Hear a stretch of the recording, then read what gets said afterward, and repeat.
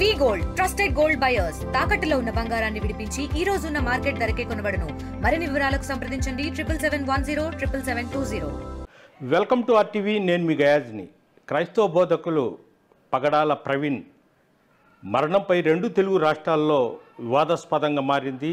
ఈ ఘటనలో అనుమానాలకు, అవమానాలకు, విమర్శలకు గురైన డాక్టర్ మైనార్టీ నాయకులు డాక్టర్ సమీ హుసేన్ ప్రస్తుతం మనతో ఉన్నారు. అసలు ఆయన ఈ ఘటన మీద గత వారం రోజుల నుంచి వస్తున్న వివిధ రకాల మాటలు కావచ్చు, అదేవిధంగా ఈ ఘటన రకరకాల కోణాల్లో మలుపు తిరుగుతుంది. దీని మీద మాట్లాడేందుకు ఆయన మనతో ఉన్నారు. ఎంతో మాట్లాడదాం. నమస్తే సమీ హుసేన్ భాయ్. నమస్కారం. చెప్పండి, అంటే ఫస్ట్ పగడాల ప్రవీణ్ మరణంపై కొంతమంది వ్యక్తులు ఇది కూడా ట్రోల్ అయింది రాష్ట్ర వ్యాప్తంగా.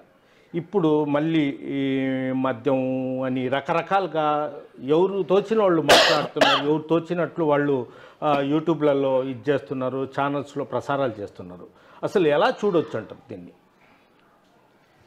గయాజ్ గారు, మీకు తెలుసు, ఎందుకంటే పగడాల ప్రవీణ్ గారి మరణం జరిగిన తర్వాత ఇమీడియట్గా మనకు తెలిసిన వెంటనే మనం ఏంటంటే అతని పవిత్ర ఆత్మకు శాంతి చేకూరాలా, అదేవిధంగా వాళ్ళ కుటుంబ సభ్యులకు మనశ్శాంతి చేకూరాలని చెప్పి ఒక పోస్ట్ పెట్టడం జరిగింది. అదేవిధంగా మన ఫాస్టింగ్ అయిపోయిన తర్వాత మసీద్ దగ్గర నుంచి కూడా ఒక వీడియో పెట్టడం జరిగింది.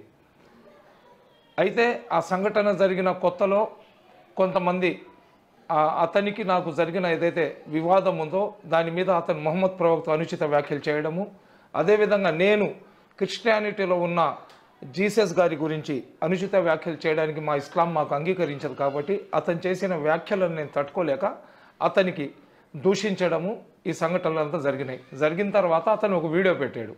ఏమని వీడియో పెట్టాడంటే, వెటకారంగా ఈ విధంగా సమీ గారు, మీరు మీ ముస్లిం జిహాదీల నుంచి నన్ను కాపాడండి, నా మీద జిహాద్ ప్రకటించబాకండి, నన్ను చంపబాకండి, నన్ను చంపేస్తారేమో భయంగా ఉందని చెప్పి ఒక ఇది పెట్టి నేను క్షమాపణ కోరుకుంటాను అన్నాడు. దాని తర్వాత అతను క్షమాపణ కూడా కోరుకుంటూ వీడియో పెట్టి మళ్ళీ అందులో కూడా వెటకారంగా మాట్లాడాడు. మాట్లాడిన తర్వాత అతను క్షమాపణ కోరుకుంటూ మాట్లాడిన 3 నిమిషాల బిట్ని కట్ చేసి అంతవరకే మనం సోషల్ మీడియాలో పోస్ట్ చేసి పగడాల ప్రవీణ్ గారు మొహమ్మద్ ప్రవక్త మీద చేసిన అనుచిత వ్యాఖ్యలకు గాను అతను క్షమాపణ కోరుకున్నందుకు ధన్యవాదాలు తెలుపుతున్నామని చెప్పి ఆ సబ్జెక్ట్ని అక్కడితో మనం ఎండ్ చేసేసినాం. ఈ పగడాల ప్రవీణ్ గారు మొహమ్మద్ ప్రవక్త గురించి మాట్లాడిన సందర్భంగా చాలామంది క్రైస్తవ సోదరులతో మనం ఏమయ్యా ఈ విధంగా మాట్లాడాడంటే, క్రైస్తవ సోదరులు కూడా పగడాల ప్రవీణ్ గారు మాట్లాడింది తప్పు, అతను ఈ విధంగా మాట్లాడకూడదు, అతను క్రిస్టియానిటీకి సరిగ్గా అర్థం చేసుకోలేదని వాళ్ళు కూడా వీడియోలు పెట్టినారు. క్రిస్టియానిటీలో నుంచి వ్యతిరేకత వచ్చేస్తుందని అతను భయపడి మా మీద క్షమాపణ కోరాడు తప్ప మనం భయపెడితే అతను భయపడి క్షమాపణ ఏం కోరలేదు. పాయింట్ ఒకటి. ఇంకా రెండోది, ఒక్కసారి వాళ్ళు ఏదో అయ్యా ఈ వీడియో ఉంది కాబట్టి అతని మీద కూడా మాకు అనుమానం ఉందని చెప్పడంలో తప్పు లేదనుకుంటాను. కానీ అదే పనిగా అన్ని ఛానల్స్లో నా వీడియో పెట్టి, నా ఫోటో పెట్టి, ఈ సమీ హుసేన్ మీద ఇది ఉంది, అతని మీద డౌట్ ఉంది, అతన్ని చంపి ఉంటాడంట అని చెప్పి గందరగోళంగా నాకు ట్రోలింగ్ చేశారు. ఈ ట్రోలింగ్ చేసిన వీడియోలు దాదాపు ఒక 1000 వీడియోల్లో నా ఫోటో పెట్టి నాకు ట్రోలింగ్ జరిగింది. ఆ కామెంట్లు మీరు చూడండి, ఎంత అవమానకరంగా, ఎంత అసభ్యకరంగా, అసలు నిజంగా ఏంద్ర నాయన వీళ్ళు ఈ విధంగా నా వెనకాల పడిపోయి నాకు టార్చర్ పెడుతున్నారనే భావన కలిగే విధంగా వాళ్ళు పెట్టినారు. నేను ఒకటే చెప్తున్నాను గయాజ్ గారు, ఇస్లాం ధర్మాన్ని నేను అనుసరిస్తాను. అల్లా మొహమ్మద్ ప్రవక్త సల్లల్లాహు అలైహి వసల్లం గారి చూపించిన మార్గంలో నేను నడుస్తాను. అల్లా గురించి కానీ మొహమ్మద్ ప్రవక్త గురించి కానీ ఎవరు ఏం మాట్లాడినా కానీ వాళ్ళనైతే నా ఒంట్లో ప్రాణం ఉన్నంత వరకు నేను వ్యతిరేకిస్తూనే ఉంటాను. At the same time Hindu ధర్మం గురించి అనుచిత వ్యాఖ్యలు చేసినా, క్రిస్టియానిటీ గురించి అనుచిత వ్యాఖ్యలు చేసినా కానీ వాళ్ళను కూడా నేను ఖచ్చితంగా నాకు తెలిసిన దారిలో నేను వాళ్ళకు అడ్డు తగులుతూనే ఉంటాను. ఇక్కడ జరుగుతున్న సంఘటన ఏంది? ఒక వ్యక్తి చనిపోయినాడు. చనిపోయిన తర్వాత అతని పుణ్యాత్ముడా పాపాత్ముడా అనేది డిసైడ్ చేయాల్సింది ఎవరు? పరమాత్ముడు. నేను చచ్చిపోయినాను, నేను నరకానికి వెళ్తానా స్వర్గానికి వెళ్తానా అనేది డిసైడ్ చేయాల్సింది ఎవరు? నా పాప పుణ్యాల లెక్క చూడాల్సింది ఎవరు? నేను ఎవరిని నమ్ముతానో ఆ దేవుడు. హిందువులకైతే హిందూ దేవుడు, నాకైతే అల్లా, క్రిస్టియన్లకైతే వాళ్ళ ప్రభు డిసైడ్ చేస్తాడు. అతను ఏం తప్పు చేశాడా మంచి చేశాడా అనేది డిసైడ్ చేస్తారు.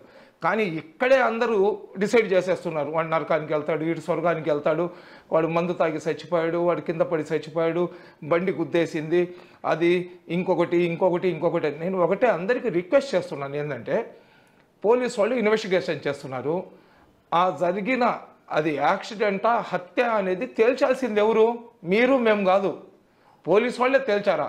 ప్రతిరోజు ఒక కొత్త స్టోరీ వస్తుంది, ప్రతిరోజు కన్ఫ్యూజ్ చేసేస్తూ, ప్రతిరోజు మనుషుల మైండ్ సెట్ని గందరగోళం చేసేస్తూ, సరే ఏదైనా వాళ్ళు పెట్టిన డెబేట్లలో పనికొచ్చే పాయింట్ ఏదైనా మాట్లాడుతున్నారంటే అది లేదు. ఒక ఆయన ఏం చెప్తాడు, వైన్ షాప్ దగ్గర అతను మద్యం కొంటున్నాడు, ఒకతను ఏం చెప్తాడంటే అతని వేషం వేసి అక్కడికి పంపించారంటాడు. ఇంకొక రోజు ఏంది, ఇతని ఫోన్పేలో నుంచి మద్యం షాపుకు డబ్బులు పోయినాయి, దానికి ఏం చెప్తున్నారు, కాదు దానికి ఏదో హ్యాక్ చేసి పంపించినారు. ఏంది ఇది? సమాజాన్ని మీరు చైతన్యవంతులు చేస్తున్నారా, లేదా సమాజాన్ని మీరు చెవిలో పువ్వులు క్యాబేజీలు పెట్టే ప్రయత్నం చేస్తున్నారా, లేదా ఈ కేసుని సర్వనాశం చేసే ప్రయత్నం చేస్తున్నారా? ఈ సొసైటీని ఏం చేయాలనుకుంటున్నారు? ఒక వ్యక్తి చచ్చిపోయినాడు, ఆ చచ్చిపోయిన వ్యక్తి మీద పలు అనుమానాలు ఉన్నాయి. ఒకటి సైం భాయ్, ఇప్పుడు ప్రధానంగా క్రైస్తవ సోదరులు కానీ అదేవిధంగా రకరకాలు చెప్తారు, ఇది తేల్చాల్సింది పోలీసులు. అయితే ఇప్పట్లో ఉన్న టెక్నాలజీ ఈవీఎంలలోనే ఓట్లు బల్లం చేసేస్తున్నారు. అలాంటిది ఒక వ్యక్తి ఏమైనా చేయవచ్చు అనేది వాళ్ళ వాదన. అంటే అతను మద్యం కొనేటప్పుడు కొన్ని ఇది చేస్తున్నారు, 1కి 3-4 చోట్ల ఆయన పడిపోయినట్లు. అంటే వాస్తవం మనం ఇద్దరు మాట్లాడుకుందాం, నేనే వెళ్తూ ఉంటా ఒక చోట తాగి పడిపోతాను, మళ్ళీ పడిపోయినప్పుడు అతను కండిషన్ బాగలేదని పక్కన ఉంటాం, మళ్ళీ తాగి మళ్ళీ అట్నే వెళ్తుంటారు.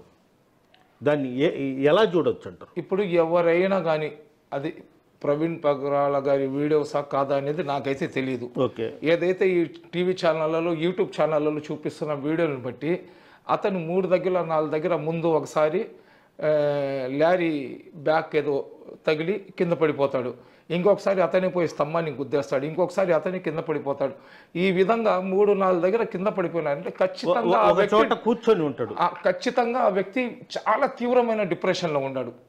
అతని తీవ్రమైన డిప్రెషన్ అంటే, అరే ఏంది బ్రతుకు చచ్చిపోతే పోయింది, ఎవరో నమ్మకమైన క్యాండిడేటు సముద్రంలో తీసుకొని పోయి చెయ్యి వదిలేస్తే, రే ఈడేంద్ర నాకు ఇంత పెద్ద ద్రోహం మోసం చేశాడు, నేను ఇంకా బ్రతికి ఏం లాభం రా అనే డిప్రెషన్లో ఉన్న వ్యక్తులు తప్ప మైండ్ ఫ్రెష్గా మైండ్ ఇది ఉన్న వాళ్ళు ఏంటంటే ఎంతోమంది ఉన్నారు. మనం ఇంట్లో నుంచి బయటికి పోయేటప్పుడు ఏదైనా కానీ జరగరాంది ఏదైనా జరిగిందనుకోండి, ఆ ప్రోగ్రామ్ని మేము క్యాన్సిల్ చేసుకుంటాం. జనరల్గా సహజంగా మనుషులు వాళ్ళు ఎంత పెద్ద హేతువాదులైనా కానీ అతని ఇంట్లో నుంచి పోతుంటాడు, టైర్ పంచర్ అయిపోద్ది, ఇదేంద్రా నేనేదో శుభమా అని బయటికి పోయేటప్పుడు బండి టైర్ పంచర్ అయింది, సర్లే రేపు వెళ్దాంలే అని చెప్పి ఆ ప్రోగ్రామ్ని క్యాన్సిల్ చేసుకుంటారు. కానీ ఒక లారీ యాక్సిడెంట్ జరిగింది, దాని తర్వాత ఇతనే ఒక స్తంభాన్ని గుద్దేస్తాడు, మళ్ళీ ఇతనే ఏంటంటే విజయవాడలో ఒక దగ్గర పడిపోయి ఉంటే ట్రాఫిక్ ఎస్ఐ వచ్చి అతనికి కూర్చోబెట్టి 3-4 గంటలు చేస్తాడు. అంటే అతను ఆ సన్నివేశం గురించి నేను చెప్తున్నా. ఆ వచ్చిన ప్రవీణ్ పగడాల అతనికి చాలా కార్లు ఉన్నాయి, చాలా ఉన్నతమైన స్థానంలో ఉన్నాడు, చాలా డబ్బులు అతని దగ్గర ఉన్నాయి అంటున్నారు. అతను 10 మంది బౌన్సర్లను కూడా పెట్టుకొని వెళ్ళే శక్తి సామర్థ్యాలు అతనికి ఉన్నాయని చెప్తున్నారు. అయితే అతను ఏదో చాలా పర్సనల్ పక్కన ఉన్న మనిషికి కూడా తెలియకుండా ఎవరితోనో కలవడానికి వచ్చినట్లు అనిపిస్తుంది. ఆ వచ్చినప్పుడు ఆ వ్యక్తి ఇతనికి వచ్చేసిన తర్వాత నువ్వు రావాల్సిన అవసరం లేదు, నీతో నాకు ఇంకా అవసరం లేదు అని చెప్పినప్పుడు ఆ మాట ఏదైనా అతని గుండెల మీద తీసుకొని ఇంకా బ్యాక్ వెళ్ళలేక ముందుకు జరగలేక ఆ డిప్రెషన్లో ఏం జరిగినా కానీ పర్వాలేదు అనే టైప్లో మూర్ఖత్వంగా వెళ్ళినట్లే అనిపిస్తుంది. కానీ అంత నాలెడ్జ్ ఉన్న వ్యక్తి అన్ని ప్రబోధకాలు చేశాడు. అతనికి భారతదేశంలోనే కాదు ప్రపంచ దేశాల్లో కూడా అతనికి ఉంది, చాలా బాగా మాట్లాడతాడు, చాలా మంచి ముందు చూపు ఉంది. ఒక ఐటీ కంపెనీకి ఓనర్ అతను, ఎంతోమందికి అతను ఇచ్చేస్తున్నాడు అని చెప్పారు కదా. అన్ని బాధ్యతలు ఉన్న వ్యక్తి ఇంత మూర్ఖత్వంగా ఎందుకు వెళ్ళాడు అనే కోణంలో కూడా పోలీసులు ఒకసారి ఆలోచిస్తే బాగుంటుంది. ఇంకా రెండోది ఏంటంటే ఈ ట్రోలింగ్ చేసే వాళ్ళకు కూడా నేను రిక్వెస్ట్ చేస్తున్నాను, పోలీసు వాళ్ళు పూర్తిగా నిర్ధారణ చేసేదాకా, పోలీసు వాళ్ళు పూర్తిగా నిర్ధారణ ఈ రోజు కాకపోతే రేపు కాకపోతే ఎల్లుండి చేస్తుంది. అతనికి మద్యం అలవాటు ఉందా లేదా పోస్ట్మార్టం రిపోర్ట్లో వచ్చేస్తుంది. రెండోది అతని షేపులో ఇంకొక అతనికి డూప్లికేట్ క్యాండిడేట్ని తయారు చేసి ఈ మొత్తం క్రియేషన్ చేస్తున్నారు, క్రియేటివిటీ చేస్తున్నారు అంటున్నారు. క్రియేషన్ చేసినా బయటపడుతుంది, క్రియేటివిటీ చేసినా బయటపడుతుంది. ఒక వ్యక్తిని సినిమా షూటింగ్ కాదు కదా, పోతూ పోతూ లారీకి తగలడము అదంతా క్రియేట్ చేసుకోలేము. ఎందుకంటే ఆ వీడియోలో లారీ తగిలింది, అతని కింద పడిపోయినట్టు క్లియర్గా కనపడుతుంది. ఆ క్రియేటివిటీ అని చెప్పే అంత పెద్ద మేధావులు ఇంకా ఆ సృష్టిలో ఏం జరిగేదో వాళ్ళు కళ్ళు మూసుకొని చెప్పే పరిస్థితులు ఉన్నారంటే, నిజంగా ఇంత పెద్ద మేధావులు మా 2 ఆంధ్ర రాష్ట్రాలు ఉండారంటే అసలు 2 రాష్ట్రాలకు గర్వంగా మేము భావించాలా. కేవలం అండి ఇదంతా అతను చనిపోయాడా, చనిపోతే ఎలాగ చనిపోయాడు, యాక్సిడెంట్ వల్ల చనిపోయాడా, యాక్సిడెంట్ వల్ల చనిపోతే యాక్సిడెంట్ ఏ విధంగా జరిగింది, లేదా ఎవరైనా చంపేసి ఉన్నారా, ఎవరైనా చంపేసి ఉండారా, చంపేసి ఉంటే ఎవరు చంపినారు, ఎందుకు చంపినారు అనేది ఈ రోజు కాకపోతే ఒక నెలకైనా బయటకు వస్తుంది. పోలీసు వాళ్ళైతే ఎవరైతే అక్కడ ఎస్పీ గారు ఉన్నారో, కిషోర్ గారు కానివ్వండి, వాళ్ళందరూ కూడా చాలా సీరియస్గా, డీజీపీ గారు, ముఖ్యమంత్రి గారు అందరూ చాలా సీరియస్గా తీసుకుని ప్రయత్నం చేస్తున్నారు. అయితే దీంట్లో ఏం కనబడుతుందంటే, ఇంతకుముందు ముస్లింల మీద నిందలు వేశారు, మాకు అమ్మ నా బూతులు తిట్టించారు, చంపేస్తాం పొడి చేస్తామని కొన్ని లక్షల కామెంట్లు, ట్రోలింగ్లు జరిగినాయి. దాని తర్వాత ముస్లింలను నన్ను ఒక్కడనే టార్గెట్ చేశారు.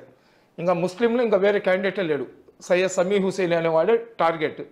తర్వాత హిందూ సోదరులలో 4 మీద 5 మీద టార్గెట్ చేసినారు. ఇంకా వాళ్ళని తిట్టినారు అంతా అయిపోయింది.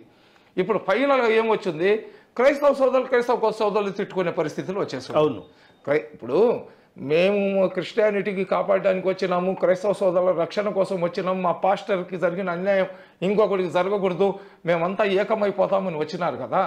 ఇప్పుడు ఏమైపోయిందంటే వాళ్ళు కొట్టుకుంటున్నారు. ఎప్పుడైతే వాళ్ళు కొట్టుకుంటున్నట్లు జనాలు చూస్తున్నారో, ఈ జనాల్లో కూడా అతను ప్రవీణ్ పగడాల మర్డర్ కేసు మిస్టరీ మీద ఇంట్రెస్ట్ వెళ్ళిపోతుంది. ఎందుకంటే ఆధిపత్య పోరు కోసం అక్కడ క్రిస్టియన్ సమాజాన్ని మేము ఒక్కళ్ళమే ఉద్ధరిస్తామని చెప్పుకునే పరిస్థితి అక్కడ క్రియేటివిటీ కనబడుతుంది. అక్కడ ఒక క్రైస్తవ సోదరుడు ఏమనుకుంటున్నాడు, అలా కాదు ఇలాగ అంటున్నాడు. ఇమీడియట్గా ఇంకో క్రైస్తవ సోదరుడు ఏమంటున్నాడు అంటే, కాదు ఇది ఇలాగా అంటున్నారు. ఇప్పుడు క్వశ్చన్లకు డౌటే లేదు కదా, మిమ్మల్ని ఎవరు పుట్టించారా అని చెప్పారు అని అడిగారు అనుకోండి, దేవుడు పుట్టించాడని చెప్తాం కదా. దేవుడు పుట్టించాడా, మీ నాయన పుట్టించాడా అని అడిగితే దానికి సమాధానం ఉండదు. అవును, నీకు ఎవరయ్యా నీకు పుట్టించిందంటే జనరల్గా ఏం చెప్తామయ్యా, నాకు దేవుడు పుట్టించాడంటే, దేవుడు పుట్టించాడా మీ నాయన పుట్టించాడంటే దానికి ఏం సమాధానం చెప్తాం, సరేనా? ఆ విధంగా ఏంటంటే ఈ కాలికేసే మెడకేసే కాలికి ఒక మూర్ఖత్వంగా, ఒక సైకోల్ లాగా ఈ కేసుని భ్రష్ట పట్టించే ప్రయత్నం చేస్తున్నారు. ఇకపోతే కేఏ పాల్, వాడు ఒక పెద్ద జోకర్.